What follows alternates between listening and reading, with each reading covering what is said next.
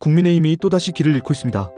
혁신과 쇄신, 미래와 통합이라는 말을 입에 올리면서도 정작 하고 있는 행동은 몰락한 권력의 연장을 위한 궁색한 꼼수일 뿐입니다.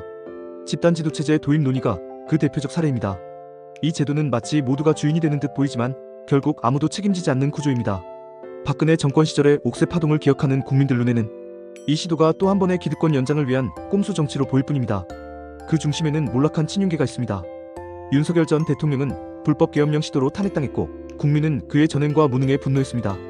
그리고 그 결과 전과 오범의 중범죄 혐의로 재판 중인 이재명이 대통령이 되는 참담한 현실이 벌어졌습니다. 보수의 몰락, 정권의 붕괴는 바로 그 친윤 세력의 오만과 부패, 그리고 책임 회피에서 비롯된 것입니다. 그런데도 지금 그들은 또다시 자신들의 입지를 지키기 위해 집단지도체제라는 허울 좋은 포장을 들고 나왔습니다.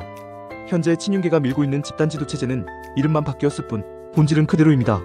주도권을 한 명의 강력한 리더가 아닌 여러 명이 나누어 갖자는 발상은 결국 누가 책임질지도 모호해지고 권력 분산이라는 명분 아래 실제로는 아무도 실질적 리더십을 행사할 수 없는 무책임 체제를 만들게 됩니다.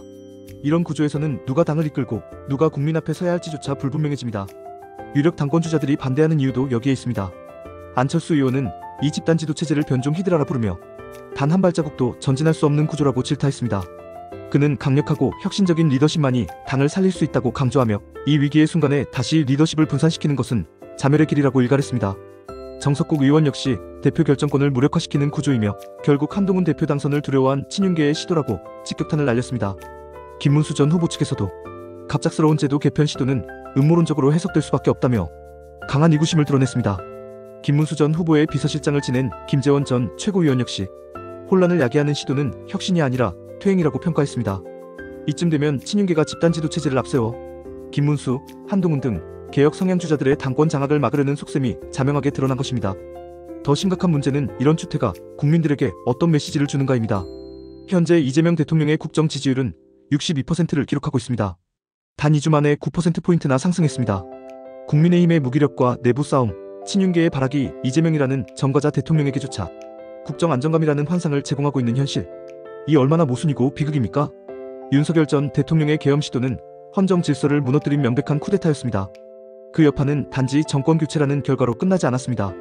보수에 대한 신뢰 자체를 뿌리째 흔들어 놓았습니다. 국민은 무능한 보수보다 차라리 추진력이라도 있는 이재명을 선택했습니다.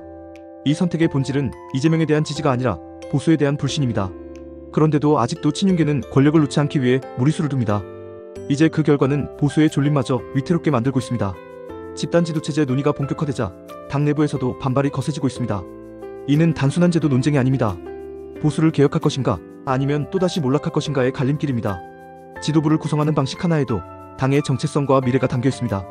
책임있는 리더십이 사라진 당은 외부의 강력한 정권에 맞서 싸울 수도 없고 국민에게 희망을 줄 수도 없습니다. 국민의힘은 지금이라도 정신을 차려야 합니다. 계파 정치, 자리 나눠먹기, 책임 회피에서 벗어나야 합니다. 강력한 리더십을 세우고 분명한 노선과 비전으로 국민 앞에 서야 합니다. 그렇지 않으면 남은 것은 오로지 해체뿐입니다. 국민은 더 이상 과거를 반복하는 정당에 기회를 주지 않을 것입니다. 지금 이 순간이 마지막입니다. 국민의힘은 과거의 악몽을 되풀이할 것인지 아니면 새롭게 태어날 것인지 선택해야 합니다. 그리고 그 선택은 집단지도체제가 아니라 책임있는 리더십을 세우는 것에서 시작해야 합니다.